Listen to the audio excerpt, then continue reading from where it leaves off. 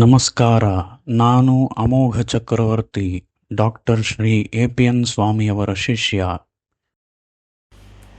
ಎಲ್ಲರಿಗೂ ನಮಸ್ಕಾರ, ಶುಭ ಮುಂಜಾನೆ. ಎಂಥ ಒಂದು ಸುಂದರವಾದ ವೆದರ್ ಅಲ್ವಾ ಇವತ್ತು. ಸೊ ಇಂಥ ಸುಂದರವಾದ ಒಂದು ವೆದರ್ನೊಂದಿಗೆ ಇವತ್ತಿನ ಪಾಶುರವನ್ನು ನಾವು ನೋಡೋಣ. ಉಂಗಳ್ ಪುഴക്കടை தோட்டத்து வாவையுள் செங்கழ் நீர் வாய் நெகிழ்ந்தாம்பல் ஆம்பல் வாய் கூம்பிழகான் செங்கொன் பொடிக்கூரை வெண்பர் தவத்தவர் தங்கள் திருக்கோயிற் செங்கிடுவான் போதந்தார் எங்களை முன்னம் எழுப்புவான் வாய்பேசும் நங்காய் எழுந்திராய் நாணாதாய் நாவுடையாய் செங்கொடு சக்கரம் ஏந்தும் தடக்கையன் ಪಂಗಯ ಕಣ್ಣಾನೈ ಪಾಡೇಲೋರೆಂಪಾವಾಯ್. ರತ್ನಗಳಂತಹ ವಿಶೇಷ ಅರ್ಥಗಳು ಅಡಗಿರುವಂತಹ ಒಂದು ಪಾಶುರ.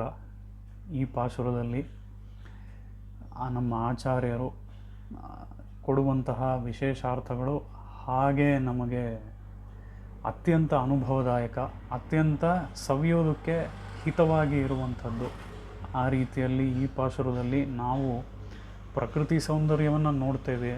ಆಂಡಾಳ್ ದೇವಿ ವರ್ಣನೆ ಮಾಡ್ತಾ ಇರೋವಂಥದ್ದು.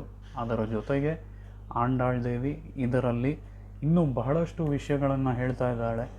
ಉದಾಹರಣೆಗೆ, ಈ ಹುಡುಗಿ ಹೇಗಿದ್ದಾಳೆ? ಎಂಗಳೈ ಮುನ್ನಂ ಎಳುಪುವಾನ್ ವಾಯ್ಪೇಶುಂ ಅಲ್ವಾ. ಅಲಾರಮ್ ತಾನೇ ನಮ್ಮ ನೆಪ್ಸೋದು. ಇವತ್ತು ಅಲಾರಮ್ ಗಡಿಯಾರಗಳು ಹೋಯಿತು. ಇವತ್ತು ನಾವು ಫೋನ್ನಲ್ಲೇ ಅಲಾರಮ್ ಇಟ್ಕೊಳ್ತೀವಿ.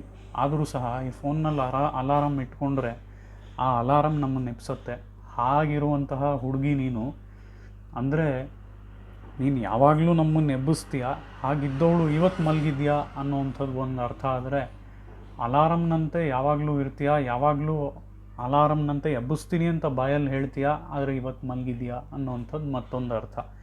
ಆ ರೀತಿಯಲ್ಲಿ ಈ ಪಾಶುರದಲ್ಲಿ ಬಹಳಷ್ಟು ವಿಷಯಗಳನ್ನು, ವಿಶೇಷ ಅರ್ಥಗಳನ್ನು ನಮ್ಮ ಆಚಾರ್ಯರು ಹಾಗೆ ಸುರಿದಿದ್ದಾರೆ.